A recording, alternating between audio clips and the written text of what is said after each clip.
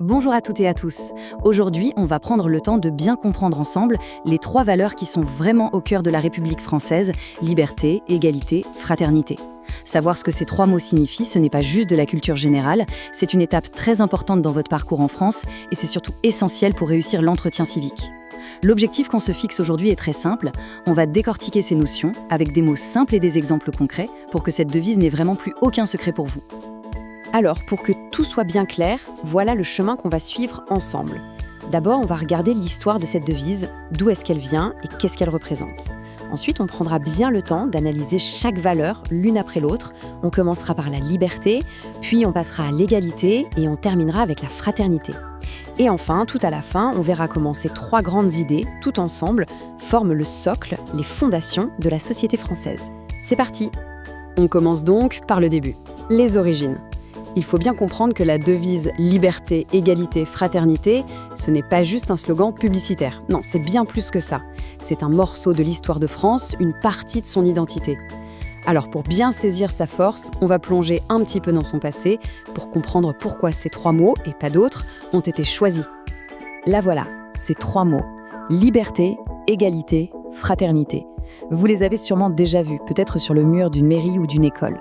Il faut savoir qu'ils n'ont pas du tout été choisis au hasard. Au contraire, ils représentent les valeurs que la France considère comme les plus importantes. Chaque mot a un sens bien précis qu'on va détailler. La liberté, en résumé, c'est le droit de chaque personne. L'égalité, c'est le grand principe selon lequel tout le monde est traité de la même façon par la loi. Et enfin, la fraternité, c'est ce lien de solidarité qui doit unir tous les membres de la société. Alors, d'où vient cette devise exactement ? Son histoire, en fait, est complètement liée à l'histoire de la France elle-même. Tout commence en 1789, au moment de la Révolution française. C'est une période de grands changements où les gens veulent construire une nouvelle société, plus juste, et ces mots apparaissent comme un idéal. Puis, il faut attendre un peu, jusqu'en 1848. Cette année-là, sous ce qu'on appelle la Deuxième République, la devise devient officielle. C'est un moment très important. Elle est reconnue par l'État. Et son importance est tellement grande qu'aujourd'hui encore, elle est inscrite noir sur blanc dans la Constitution de 1958, qui est la loi fondamentale, le texte le plus important qui organise le fonctionnement de la France. Mais cette devise, ce n'est pas que pour les livres d'histoire. En fait, si vous ouvrez les yeux, vous pouvez la voir tous les jours. C'est ça qui est intéressant. La prochaine fois que vous passerez devant une mairie, une école ou même un tribunal, levez la tête, elle est souvent gravée sur la façade. Prenez aussi vos documents officiels, par exemple une carte d'identité. Regardez bien, elle y est inscrite. On la retrouve même dans notre portefeuille, sur certaines pièces de monnaie ou sur des timbres. Et bien sûr, elle est au cœur des grandes fêtes, comme la fête nationale du 14 juillet. Le fait qu'elle soit si présente partout, c'est une façon de rappeler à chacun l'importance de ces trois valeurs dans la vie de tous les jours. Bien, après ce petit tour d'horizon historique, attaquons-nous maintenant au premier pilier, au premier mot de la devise, la liberté.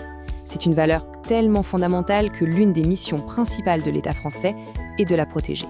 Alors ensemble, on va définir ce que ça veut dire, être libre en France, et on va voir que cette liberté peut prendre plusieurs formes différentes. Qu'est-ce que la liberté concrètement ? La définition la plus simple, c'est celle-ci. C'est le droit pour chaque personne de penser ce qu'elle veut, de dire ce qu'elle pense et de vivre comme elle le souhaite. Mais attention, il y a une condition, une règle d'or. Il ne faut pas que l'exercice de sa propre liberté empêche les autres de profiter de la leur. C'est un principe d'équilibre qu'on résume souvent par la fameuse phrase « La liberté des uns s'arrête là où commence celle des autres ». Ce droit fondamental, il est garanti par un texte très ancien et très important, la Déclaration des droits de l'homme et du citoyen de 1789. Et le rôle de l'État, c'est de s'assurer que tout le monde peut profiter de cette liberté en toute sécurité. Pour bien comprendre cette grande idée de liberté, on peut la diviser en deux grandes familles. D'un côté, il y a ce qu'on appelle les libertés individuelles. Celles-ci, elles concernent chaque personne, personnellement. Par exemple, la liberté d'aller et venir, de se déplacer où l'on veut. C'est aussi la liberté de croire en une religion ou de ne pas y croire. Ou encore la liberté d'avoir ses propres opinions et de les exprimer, même si elles ne plaisent pas à tout le monde. De l'autre côté, il y a les libertés collectives. Celles-là, on les exerce en groupe avec d'autres personnes. Par exemple, le droit de se rassembler de manière pacifique. C'est aussi le droit de manifester dans la rue pour défendre une idée. Ou encore le droit de créer ou de rejoindre un syndicat pour défendre ses droits au travail. Et s'il n'y avait qu'une seule chose à retenir sur la liberté en France, ce serait celle-ci. C'est un point vraiment capital, la liberté est universelle.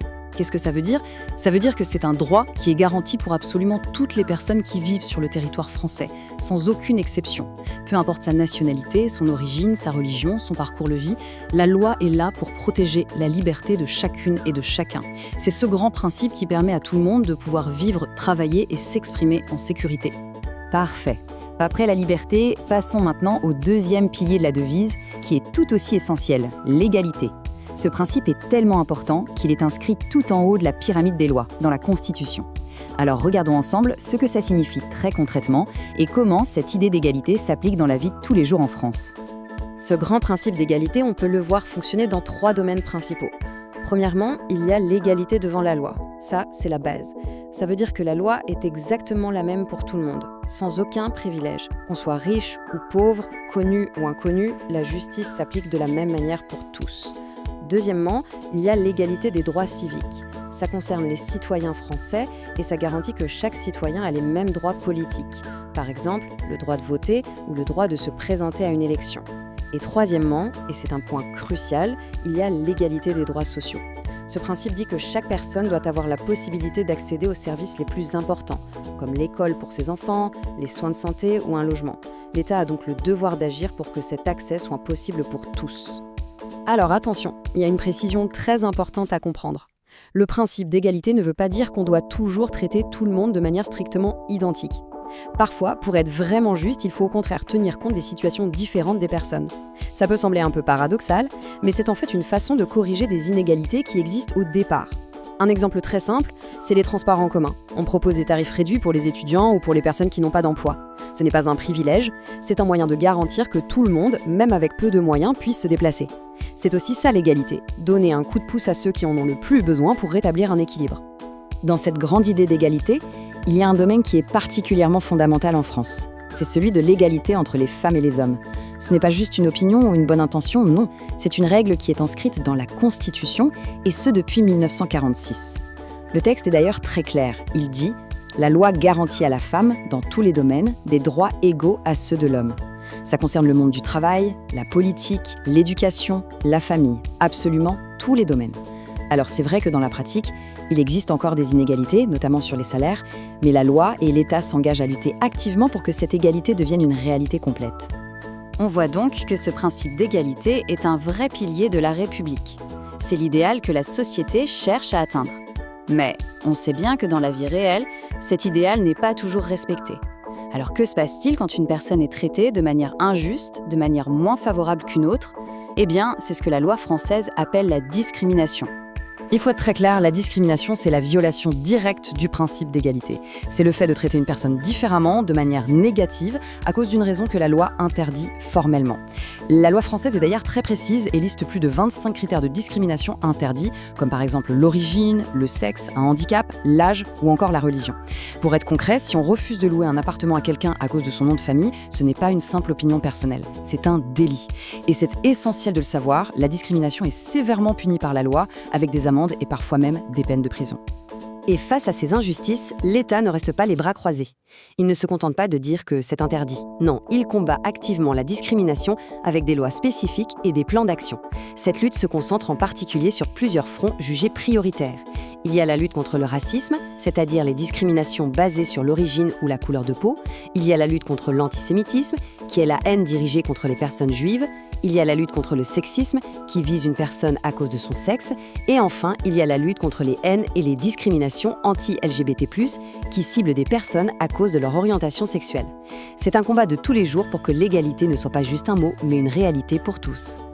Bien, on a maintenant parlé en détail de la liberté et de l'égalité.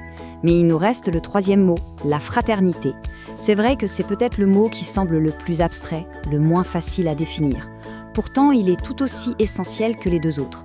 On peut dire que la fraternité, c'est un peu le ciment qui tient la société ensemble. C'est le lien qui nous permet de vivre ensemble en harmonie. Pour définir la fraternité de la façon la plus simple possible, le meilleur mot à utiliser aujourd'hui, c'est le mot solidarité. La fraternité, c'est ce devoir de solidarité qui doit exister entre tous les membres de la société. C'est l'idée qu'on ne vit pas juste les uns à côté des autres comme des étrangers. Non, c'est l'idée qu'on fait tous partie d'une même communauté nationale et que par conséquent, on a une certaine responsabilité les uns envers les autres. C'est cette valeur qui fait qu'un groupe d'individus devient une véritable société, une société solidaire où l'on fait attention aux plus fragiles. Et en pratique, comment ça marche, cette fraternité? Eh bien, elle a plusieurs visages. D'abord, il y a la solidarité collective, celle qui est organisée par l'État grâce aux impôts et aux cotisations de tout le monde. L'exemple le plus connu et le plus fort, c'est la sécurité sociale. Elle permet à chacun d'être soigné, qu'il soit riche ou pauvre. Il y a aussi une solidarité entre les générations. Par exemple, les retraites des personnes âgées sont payées par les cotisations de ceux qui travaillent aujourd'hui. Et enfin, il y a l'engagement associatif, le bénévolat. Ce sont ces millions de personnes qui donnent de leur temps gratuitement pour aider les autres, pour défendre une cause ou simplement pour créer du lien dans leur quartier. Et cette incroyable mobilisation des citoyens dans les associations, elle est possible grâce à une des plus grandes lois de la République française, la loi de 1901 sur la liberté d'association. Cette loi, qui est toujours appliquée aujourd'hui, elle garantit à tout le monde, que l'on soit français ou étranger, le droit de se regrouper avec d'autres pour mener un projet commun. C'est vraiment l'expression la plus concrète de la fraternité, en action, voulue et protégée par la loi. D'ailleurs, l'État encourage beaucoup cet engagement. En France, créer une association est une démarche qui a été volontairement simplifiée. C'est très facile. Il suffit d'être au moins 2 personnes, il faut se fixer un objectif qui ne soit pas de gagner de l'argent, il faut ensuite écrire quelques règles simples de fonctionnement, qu'on appelle les statuts, et enfin, il suffit de faire une simple déclaration à la préfecture. Cette grande simplicité, c'est une façon de montrer à quel point la participation de chacun à la vie de la société est encouragée et valorisée. Voilà, nous avons maintenant exploré en détail chacune des 3 valeurs. Mais pour vraiment comprendre toute la force de la devise française, il faut faire un dernier pas. Il faut voir comment ces 3 mots fonctionnent ensemble. Parce que la liberté, l'égalité et la fraternité, ce ne sont pas 3 idées indépendantes, posées les unes à côté des autres. En réalité, elles sont inséparables et elles se renforcent l'une l'autre. Réfléchissons-y une petite seconde. Est-ce qu'on peut imaginer une vraie liberté si les gens ne sont pas égaux ? Non, bien sûr que non. Parce que sans égalité, la liberté des plus faibles serait tout de suite écrasée par le pouvoir des plus forts. Maintenant, est-ce qu'on peut imaginer une vraie égalité sans fraternité, sans solidarité ? Non, pas vraiment. Parce que sans une aide mutuelle, les inégalités de départ, les difficultés de la vie ne feraient que s'agrandir. Et enfin, est-ce qu'on peut imaginer une fraternité sincère sans liberté ? Certainement pas. Parce que la solidarité, l'aide à l'autre, ça ne peut pas être forcé. Ça doit venir d'un choix libre et volontaire. Vous voyez, les 3 sont liés. L'une ne fonctionne pas sans les 2 autres. Ensemble, elles forment un tout cohérent, elles sont le fondement de la République et le projet de société qui unit tous les citoyens. Nous voilà arrivés au terme de cette explication. J'espère sincèrement que les valeurs de liberté, d'égalité et de fraternité sont maintenant beaucoup plus concrètes pour vous. Pour aller plus loin et surtout pour bien vous préparer à votre entretien, je vous invite à vous poser une dernière question, une question personnelle. Comment, dans votre vie de tous les jours en France, est-ce que vous voyez ces valeurs s'appliquer ? Peut-être dans votre quartier, ou à votre travail, ou dans les services publics que vous utilisez.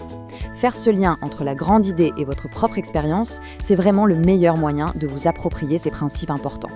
Cette réflexion vous sera très utile pour la suite de votre parcours. Merci beaucoup pour votre attention et je vous souhaite une excellente continuation.